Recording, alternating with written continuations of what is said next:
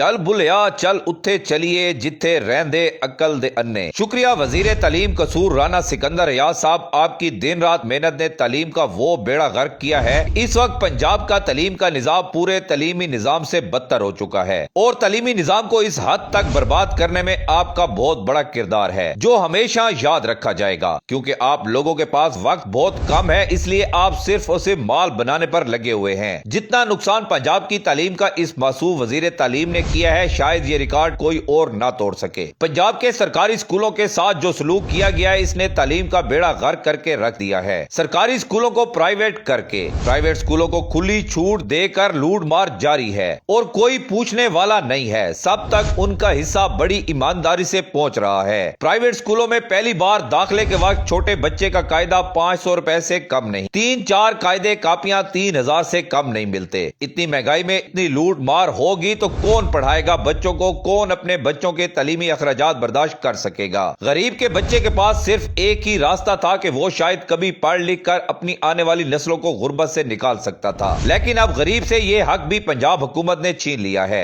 आखिर ये बगैर वोटर के आई हुई हुकूमत और फॉर्म 47 के ये वजीर किस चीज का बदला गरीब अवाम से ले रहे हैं? फिर जब हम कहते हैं तो हमारे बहुत सारे दोस्त नाराज हो जाते हैं कि आप ऐसा क्यों कहते हैं, क्योंकि ये सबसे बड़ी हकीकत है कि ये फॉर्म 47 की हुकूमत अवाम से वोट ना देने का बदला ले रही है। इसलिए मुल्क की अवाम पर जो मजालिम इस पंजाब हुकूमत के दौर में ढाए जा रहे हैं, इसकी पूरी तारीख में मिसाल नहीं मिलती। रेडी बानों, ठेला लगाने वालों, छोटे दुकानदारों, रिक्शा, सुजुकी, वैगन चलाने वालों के साथ तो जो जुल्म इस पंजाब हुकूमत ने किया है वो सबके सामने है। और अब गरीब से वो उम्मीद भी पंजाब हुकूमत ने छीन ली है कि गरीब उम्मीद करता था कि वो सरकारी स्कूलों में अपने बच्चे पढ़ाकर शायद अपना मुस्तकबिल संवार सके। अब वो उम्मीद भी छीन ली गई है।